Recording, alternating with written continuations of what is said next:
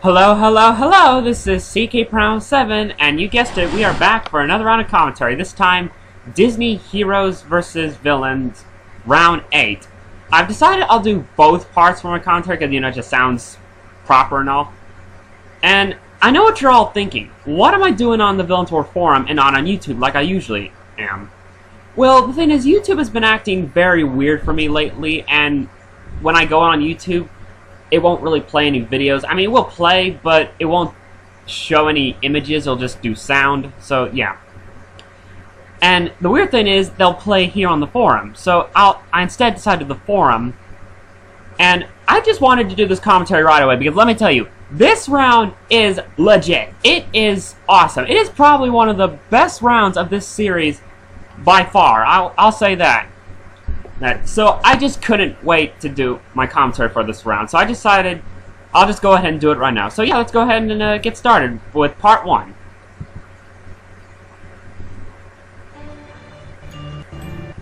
So we start off with Grandmother Willow with Bambi's faction made up of himself, Kenai, Koda, and the Spring Sprite. And there's Mama Odie and Rafiki, who are also here.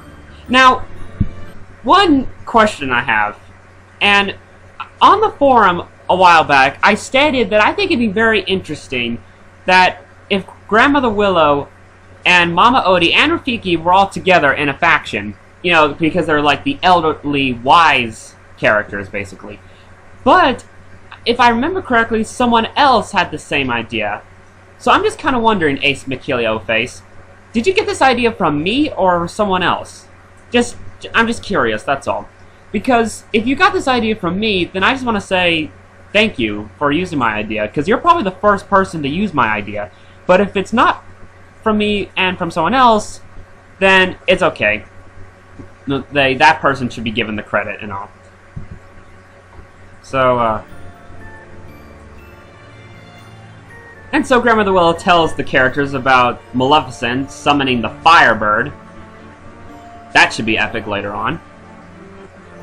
And, also, I think it'd be interesting that for a description when you get to the Firebird, they should state that the Firebird is Chernobog's pet.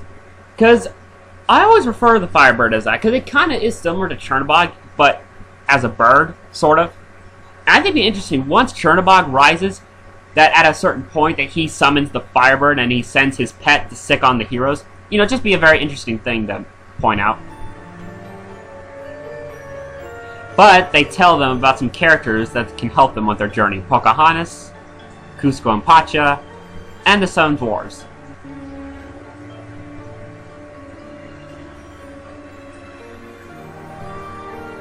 And we have Winnie the Pooh and friends. We must help Christopher Robin.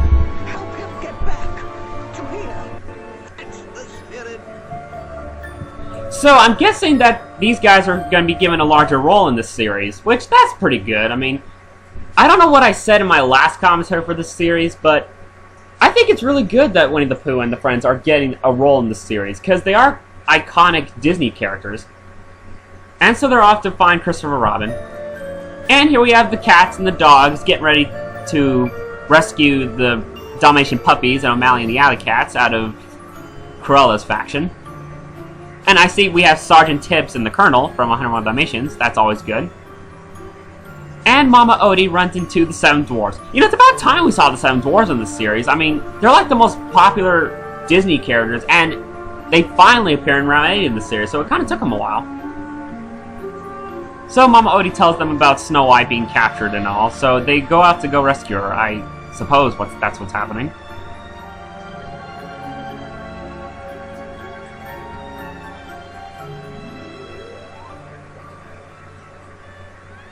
And here we get this little scene where all the different kids are going to the circus. And Brer Rabbit is there for some reason. I don't know why exactly. And the Lost Boys. And anyone who watched Pinocchio, I think we all know where this is going.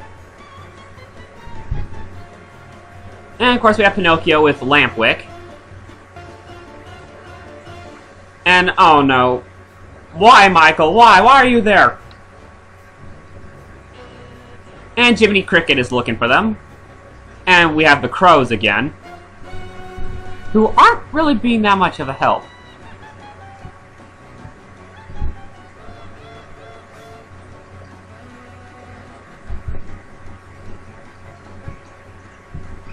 That's funny, with Jiminy putting his jacket on backwards. All right, until it closes. Come on. Get them in order. Now get low. Get them tradesmen. Man, boy, you're not nobody's we can check off themselves. You know, I always found the Coachman probably one of the creepiest Disney villains ever made up. And I'll explain that a little more later in part 2. But right now, we have this little bit where...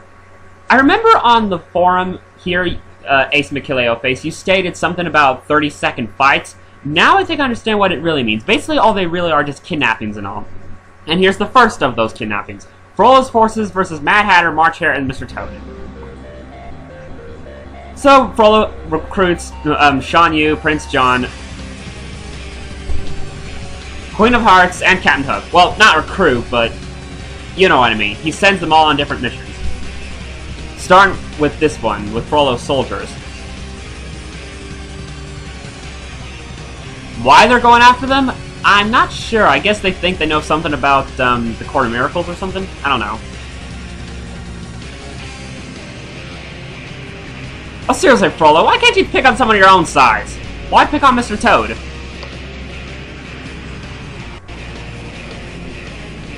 I mean, these guys don't have a chance against Frollo's men.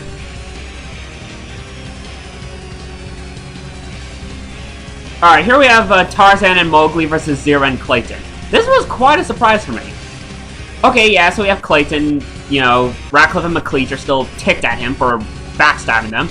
But then Yzma and Zira comes along with a plan to make sure Tarzan and Simba are going to be enemies. And so Yzma turns Clayton into Simba?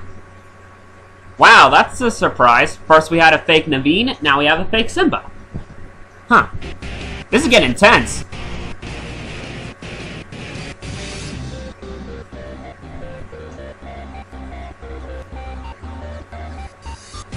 Meanwhile, we have Tarzan, who finds Mowgli. And, you know, it's about time we saw Mowgli, Baloo, and Bagheera again, because we haven't seen them since round 2, which that was a while back. And it does make sense to have Tarzan and Mowgli be allies, because, well, you know, they're both jungle boys. Well, Tarzan's a man, but you know what I mean.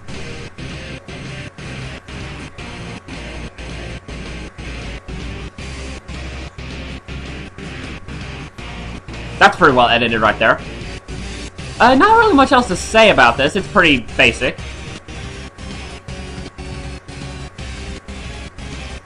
I do notice they're using quite a bit of footage from The Jungle Book 2.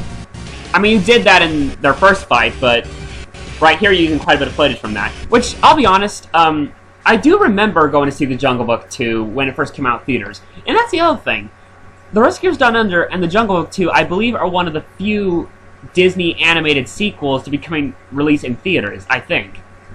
And The Jungle Book 2, I thought it was okay. I mean, the animation is really different, of course. But it still was okay. I mean, hey, John Goodman voiced Baloo in that movie, which is pretty cool.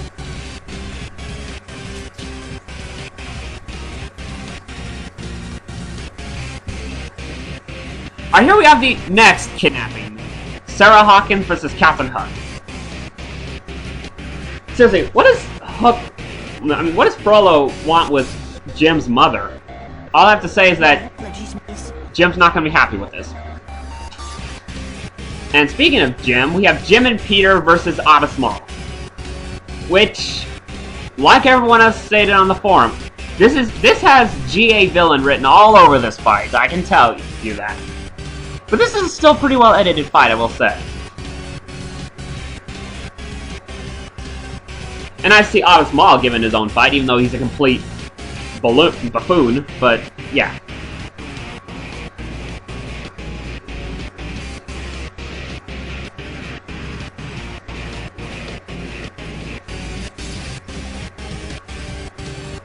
And they go off and take the ship.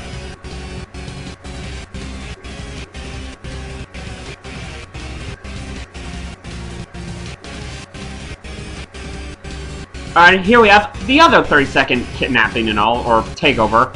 Sir Ector and Sir Kay versus Prince John and Pete. Now this one kind of confused me a little because... well, are we considering these two guys heroes? Because in The Sword and the Stone, I mean, they're not really villains per se. I mean, they just treated Arthur like crap. I mean, that's all they really did. I mean, I guess they're not really heroic, but I guess they're not technical villains. I mean, I don't know.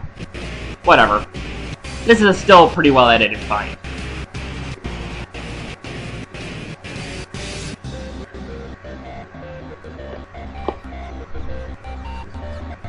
And here we have probably my second favorite fight in both parts combined. The Animal Cruelty Squad versus the Disney Dogs and Cats. I guess that's what we're officially calling it, folks.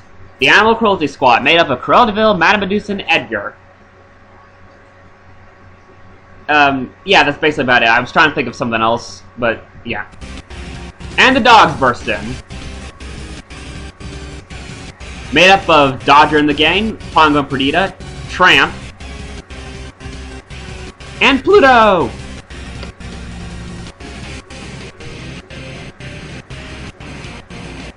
And of course, this fight is awesome because it's an all-out fight, and we all love all-out fights. And Madame Medusa is just going crazy with her gun. And Sergeant Tibbs comes to break the Dalmatian puppies out. Along with O'Malley and the Alley Cats.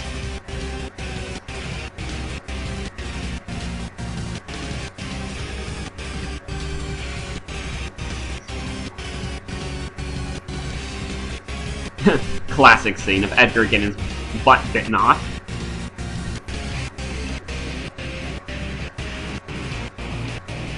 Oh, you did not just shoot at Pluto, Medusa!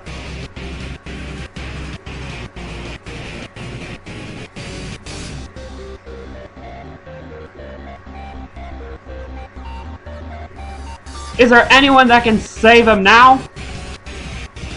And yes, there is! It's Fagin to the rescue! It's nice to see Fagin being awesome in this series. And it's time to retreat! Retreat!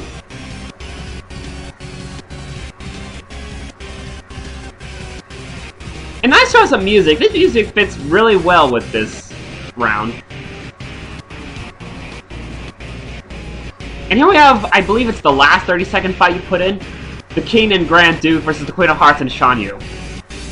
And you know, it's very funny that you included those two guys, because I guess this really does show you're trying to include every Disney animated character, even someone as little as the Grand Duke and the King. Well, okay, they're not that little, but you know what I mean.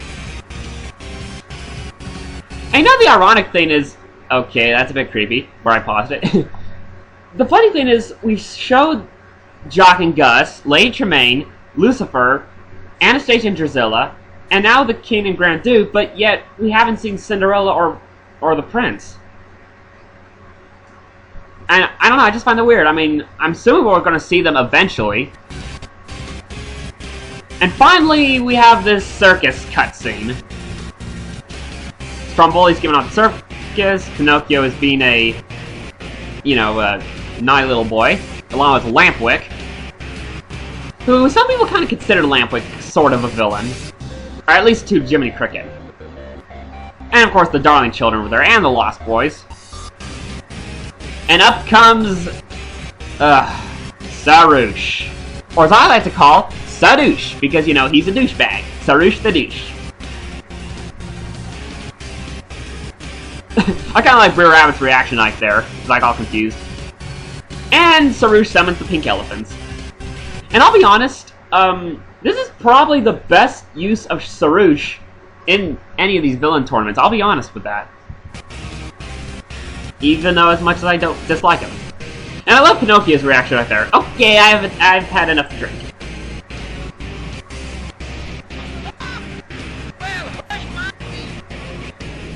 Nice soundbite there with Jim Crow. And this reaction by Gideon. And this guy, the Jester from Pocahontas 2 Journey to the New World. I'm surprised you actually included him in all this. Very creative. And as we can see, the effects are starting to work.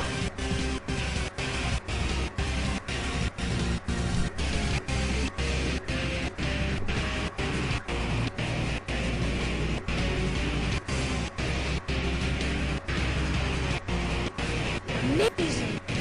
You say that now, John, but pretty soon, in a few minutes, you'll regret it. And Lampwick pretty much made a jackass out of himself, like the coachman said. And that reaction too. Okay, I've had enough to smoke.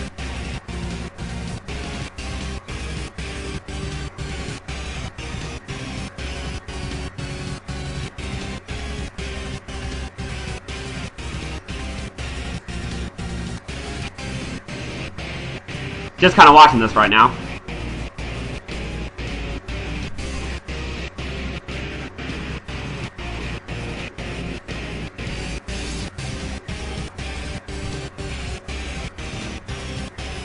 And Brer Rabbit's all freaking out. You know, it's good to see Brer Rabbit make an appearance in this series. Like, originally I had an idea for a fight. You can have Brer Rabbit fight the Big Bad Wolf. Either that or Brer Rabbit versus Lumpjaw. You know, the bear from Fun and Fancy Free from the Bongo segment. I don't know, because I like how you're using very obscure Disney characters in the series, and I just think, you know, trying to get some more ideas for more obscure characters to appear in the series. You know what I mean? And I'll be honest, that scene from Pinocchio with Lampwick turning into a donkey, I thought was pretty intense for a Disney movie. In fact, if you think about it, Pinocchio is actually a pretty horrific Disney film.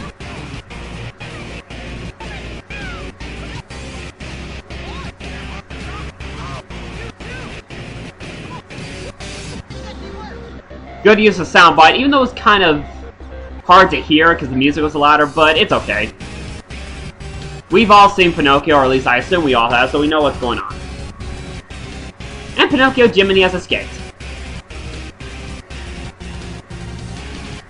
Meanwhile, Frollo has all the prisoners. I just love how March Hare and Mad Hatter, they're all just like, yeah, they've been captured, but they're all jolly about it. So yeah, that was part 1. So let's go ahead and do part 2, which, by the way, is just as awesome as part 1.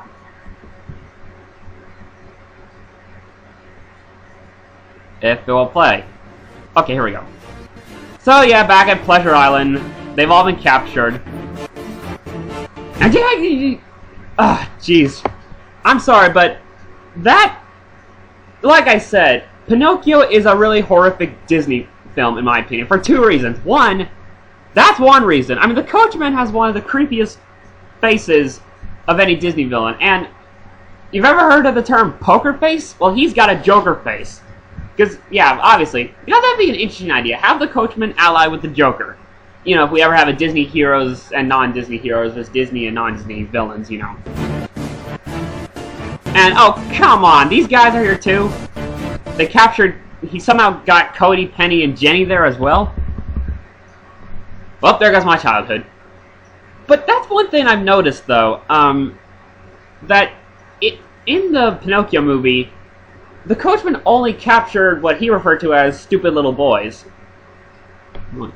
He never captured girls, and I always wondered why. But, oh well. Also, a second reason that I thought Pinocchio is pretty horrific for a Disney kids film is that there's child slavery in this movie. I mean, that's not something you would imagine to see in a Disney film, more like in an Indiana Jones movie, if you know what I'm talking about.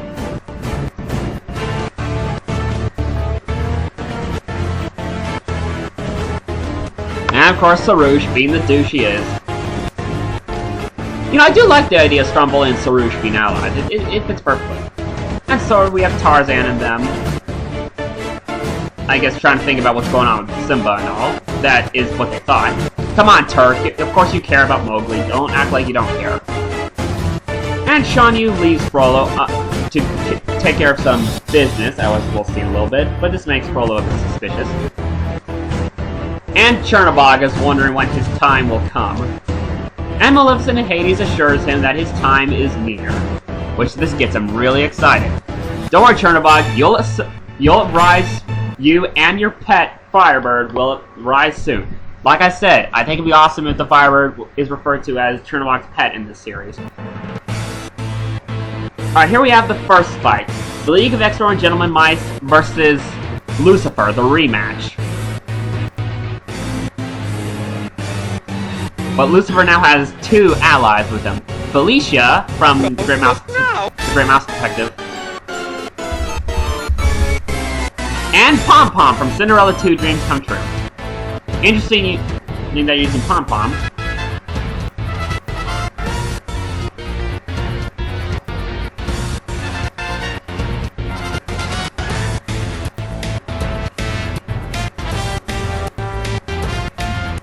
Not much else really to say about this fight other than well edited and nice use of characters that most people never think about using.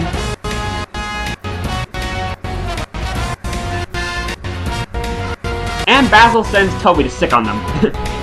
Good comic relief scene there. And another comic relief scene.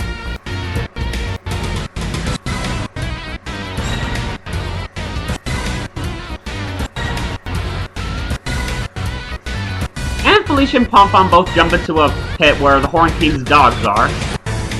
And they both get mauled, making Lucifer pretty ticked. But Lady Tremaine comes in to see what's going on. And she sends the mice down into the dungeon where the other prisoners are. Which, I don't think that's a smart move, Tremaine. I mean, they're mice. You'd think they could find like a crevice or a hole to escape through. I mean, really.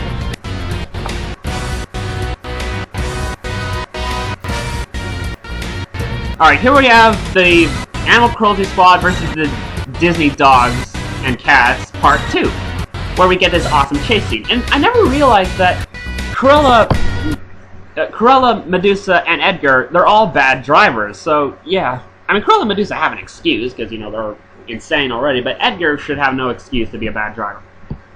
And hooray to underrated characters, Napoleon and Lafayette. Glad to see they're getting involved.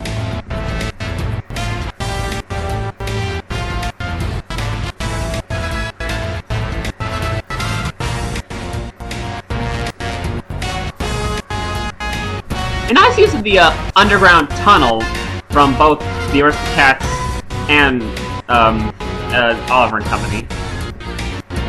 Works pretty well. And that part from the Rescuers works well too. And the two dogs come to rescue. You know, one interesting thing I just recently found out about Napoleon and Lafayette is who does their voice acting. Like, I just recently found out that, well, that's an interesting place to pause. I found out the guy who does the voice of Napoleon, you know, the big black dog, also did the voice of the Sheriff of Nottingham from Robin Hood. And the guy who did the voice of Lafayette, the little, the smaller dog, I'm trying to think what breed there are. But yeah, the guy who does the voice of Lafayette also does the voice of one of the vultures from Robin Hood, Trigger, the one with the crossbow.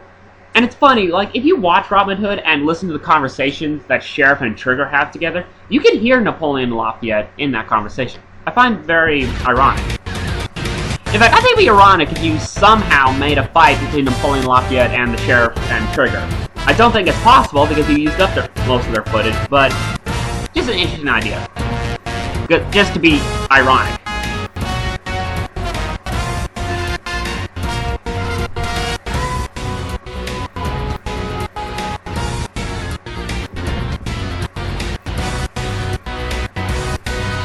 You know, Cruella de Vil has to have been one of the most insane Disney villains ever made up. That's a good soundbite. And Oliver to the rescue. Oliver just bit Cruella. Oliver just bit Cruella. That's just awesome.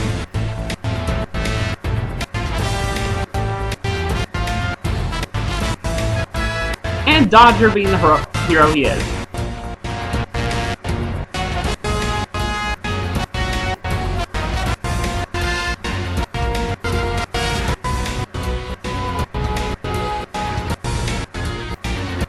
And they got defeated by a bunch of dogs and cats. Man, are they going to be humiliated by the other villains.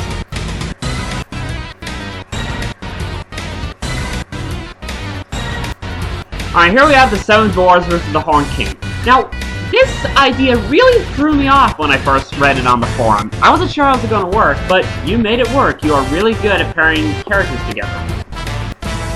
And like I said, it's about time we saw the Seven Dwarves, because they're like the most classic Disney characters, not counting Mickey and company.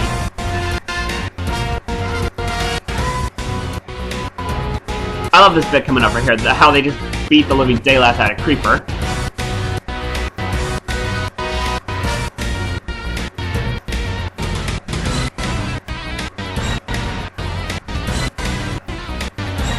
And Beast comes to the rescue. That's right, you better run away. But the Horned King tries to finish off the dwarves, or something like that, with this. Just I love how Grumpy's trying to walk it off or something like that. And so the Beast and the dwarves and Mushu all retreat.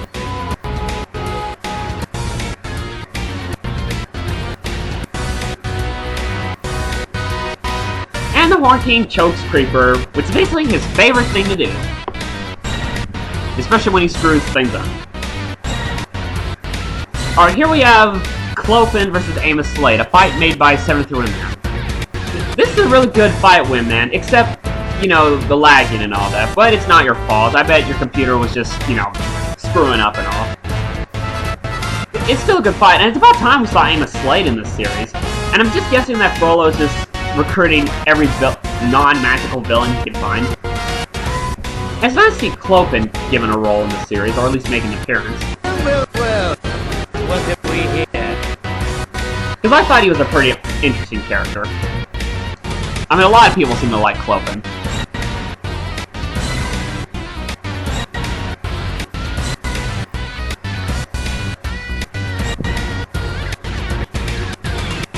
And you know, I'm just wondering, how are you going to treat Amos Slade in the series? Is he just going to be treated like a villain, or... Because he's not technically a villain, he's just a misguided farmer, basically. So, it's just an interesting concept, because you know how you have John Silver in here, and a couple other anti-heroes. I mean, I don't think Amos Slade would be considered an anti-hero, per se, but, you know, it's just an interesting thought. And finally, we have the most epic and most awesome, well-put-together fight in this round, and by far, the series. The forces of Aladdin and Hercules versus the forces of Queen Grimhild.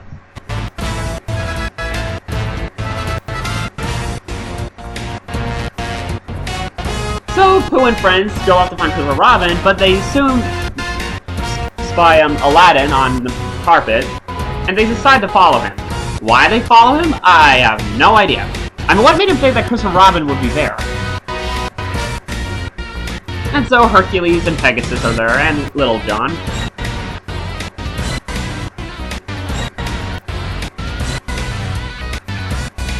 This is well edited, and like I said, I am glad you're giving Pooh and friends somewhat of a role, because they are very iconic Disney characters. But then suddenly, the doctor's in the house. And I just love all these facial reactions you put on here. And I see we have a comeback with Esmeralda against Facilier, and Ratty and Molly are just there. You know, one thing I've noticed about Ratty and Molly is that they don't have much of an appearance in this fight. I believe they only had 3 appearances, which surprised me, because if I recall, I think they have a little bit of footage you could have used for fight footage, but I could be wrong.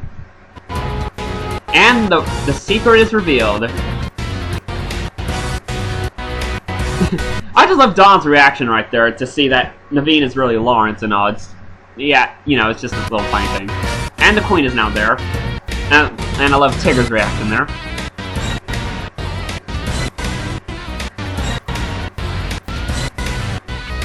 Yeah, Pooh, just stand there and read the map while there's a fight going on. And oh dear, Shan Yu and the Huns are here. Let me just say, when I first saw this, I was thinking, yep, you guys are screwed. And I come back with Phoebus against Shan Yu. seriously, Phoebus, what makes you think you're gonna defeat Shan Yu now that he has his entire Han army?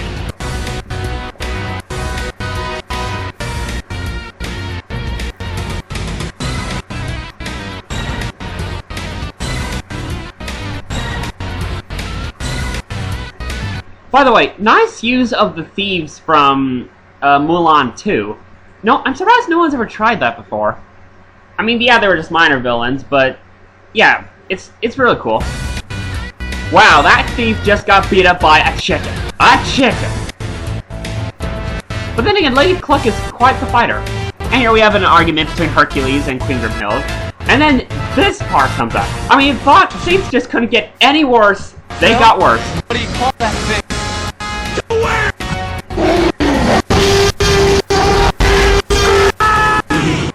That is just epic. I mean, wow. I mean, that really surprised me. I mean, the T-Rex from Fantasia, I mean, that's really awesome. Like I said, I love how you're using obscure characters. And also, I noticed, once I heard that roar, I was thinking, yes, Jurassic Park! Because, as you all know, I do have a thing for dinosaurs and other prehistoric animals. Well, animals in general, but I think Jurassic Park is a cinema classic, and for the first time in any of these villain tournaments, we have something Jurassic Park related in one of these tournaments. I mean, that is as far as I'm concerned. Because I keep asking Wingman and Manwu if they can use one of the villains from Jurassic Park, like the Spinosaurus from Jurassic Park 3 or something like that. But yeah, they highly doubt they will. But here, you use the sound from the T-Rex makes in Jurassic Park as the T-Rex from Fantasia sound, because it makes sense, because like all the characters in Fantasia, the T-Rex doesn't say anything. And one other thing, I think, of all the sounds I've heard of a T-Rex roar, in all the movies, documentaries, and TV shows that had a T-Rex, I think the Tyrannosaurus from Jurassic Park had the most awesome and most blood-curdling roar of them all. Anyway, we have Shan Yu going after Ichabod Crane. Why? I do not know. I guess he just felt like it. This is incredibly well edited right here.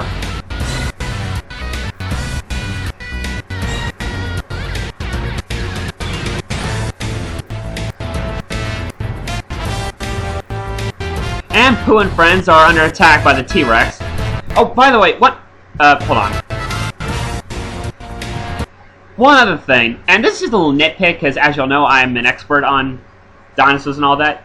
Yeah, the T-Rex from Fantasia, it is an outdated design, because, you know, the T-Rex did not have arms that long, and it did not have 3 fingers on each hand, it only had 2.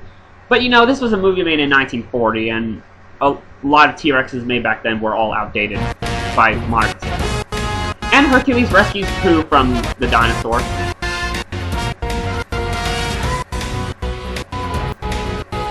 And Donald and Goofy fight Dr. Facilier.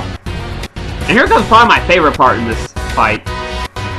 Donald tried to shoot at Facilier, but he caused an avalanche instead. I didn't do it! And everyone freaks out.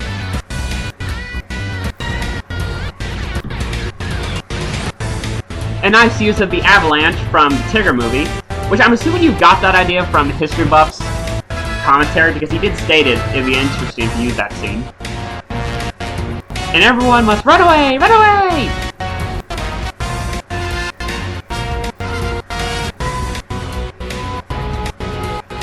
Now, one question. Is the T-Rex still alive, or did it get buried in the avalanche? Because he didn't use its death scene from Fantasia. Just a curious thought.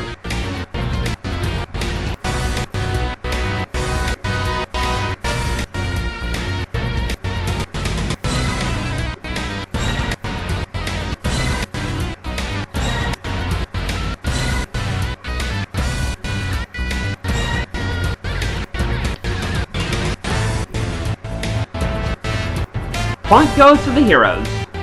Seriously, Ratty and Molly, what did y'all do during all this?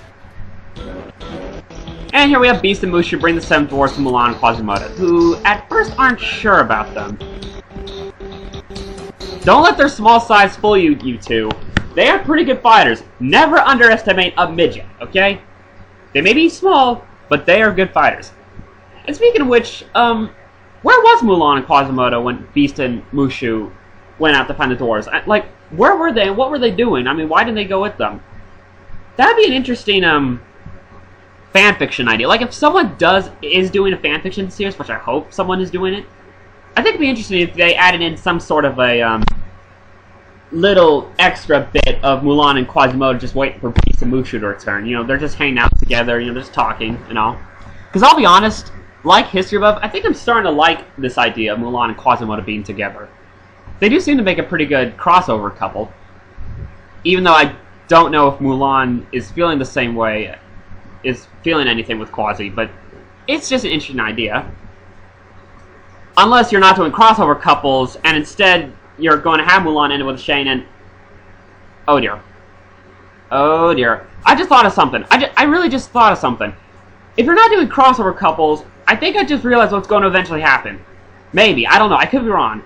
But, you know, I'm not even going to ask it. I'm just going to have to assume that it might happen later on, so I'm not even going to say anything about it. Just continue with the commentary. And so, Clayton turns back to his normal self, and now has a major grudge against Yzma for turning him into a lion. And he came so highly recommended. And Pooh and friends have survived the avalanche.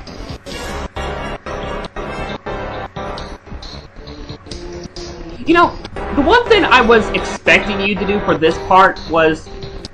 and I hope you do this eventually, but there was...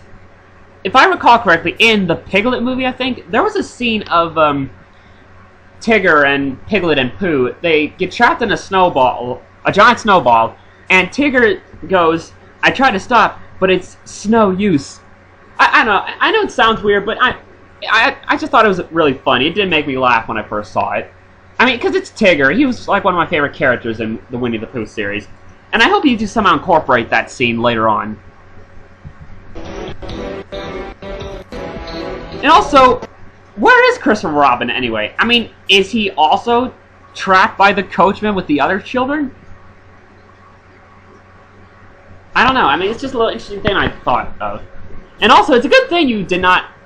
It's a good thing that you didn't kill Winnie the Pooh in them, because like History Buff pointed out, if you kill Winnie the Pooh, you don't have a soul. It's a sin to kill Winnie the Pooh, basically, because he's such a childhood figure. And Frollo has found the Court of Miracles and captured all the gypsies, except for Esmeralda.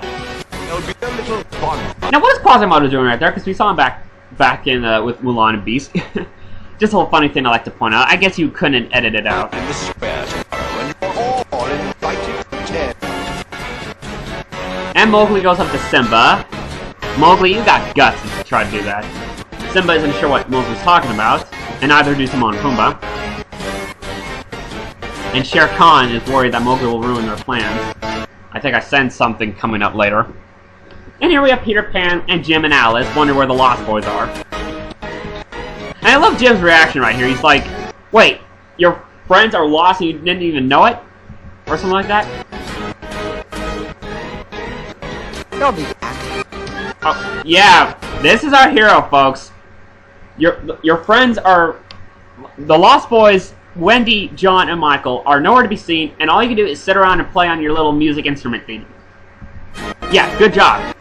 And Shawnee was alive, of course, for the 100th millionth time or whatever. He got buried under snow. I bet he's sick and tired of it by now. Also, was the Evil Queen just standing there the entire time waiting for Shan Yu to come up? And of course, the Animal Cruelty Squad are upset about their defeat and decide to accept the Queen's offer she gave them earlier in the war. And I'm sensing a sort of mother-child bond here, because it's been stated that Dr. Facilier is inspired by Captain Hook and Cruella de Vil, so in a sense, Cruella could be counted as Facilier's mother, kind of, and Captain Hook could be his father. But if that's the case, why is he, and I'm not being racist here, but why is he African-American then? I don't know, you just need to add Captain Hook and then you have the entire family. And of course we have Bambi's faction, now made up of Bambi himself, Todd and Vixie, good thing to see them, and Sprite, and Maggie Grace Miss Calloway and Lucky Jack, and Keenan and Coda.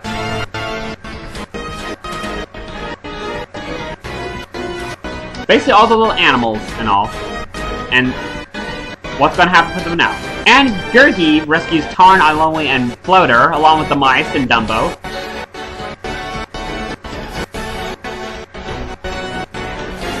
And Robin Hood.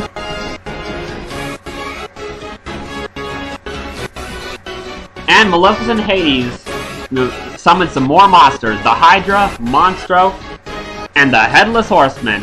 Time to do the Monster Mash, folks. So yeah, this was like the most awesome round by far. And it's not even the last round. I mean, how more awesome is this series gonna get? Pretty darn awesome, I'll have to say. So, yeah, that was my commentary for Disney Heroes vs. Villains Round 8. How long was this one? Holy cow, over 40 minutes long. Wow. In fact, I think this is my longest commentary yet. It's actually slightly longer than History Buff's commentary, so wow. Gets me wondering how long is History Buff's commentary going to be for the series. Of course, he's probably just going to do part 1 and 2 separately. So, yeah, this was a really awesome round. I can't wait for the next round 9. I read the round 9 guessing game, and there's a few that I think I know who to expect, and I cannot wait.